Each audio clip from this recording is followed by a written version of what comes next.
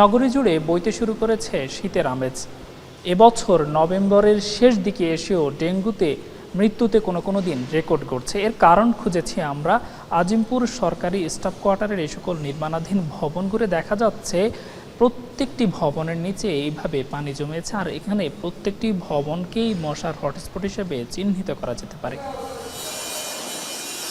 সরেজমিনে দেখা যায় ২০ তলা বহুতল ভবনের ১৮টি ভবন নির্মাণাধীন রয়েছে এখানে, যার মধ্যে ৪টি ভবনের নির্মাণ কাজ চলছে পুরোদমে, যেগুলোর বেসমেন্টের অংশ ব্যবহার করা হচ্ছে পানি সংরক্ষণাগার হিসেবে।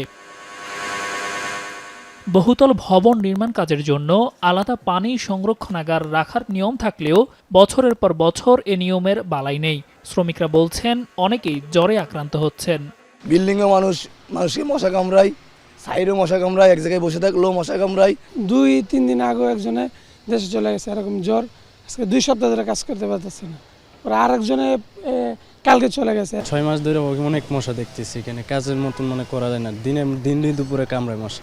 নির্মাণ কাজের সঙ্গে সংশ্লিষ্টরা বলছেন মশক নিধনে সিটি কর্পোরেশনকে নিয়মিত টাকা দিয়ে থাকেন তারা। এর বিনিময়ে ওষুধ ছিটিয়ে যায় মশক কর্মীরা। বেসমেন্টে পানি জমে থাকার দায় স্বীকার করে বলছেন নির্ধারিত পানি সংরক্ষণাগারের সামান্য পানি দিয়ে বহুতল ভবনের কাজের জন্য যথেষ্ট নয়। এখন কিন্তু পানি নাই, আমরা আগে কিন্তু পানি এটা রাখছি কারণ এত বড় একটা বিল্ডিং এইসব ইয়ার পানি দিয়ে এটা হয় না, বুঝলেন। আমরা এই বৃষ্টির পানি ধরে রাখছি, এই পুকুরের পানি ধরে রাখছি, সপ্তাহে ২ বার আসে। ইনকেস যদি মনে করেন ১ সপ্তাহ না আসে, আমরা ডেকে আনি।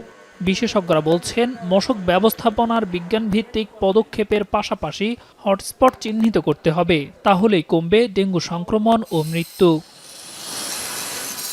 দেলোয়ার দোলন, এখন, ঢাকা।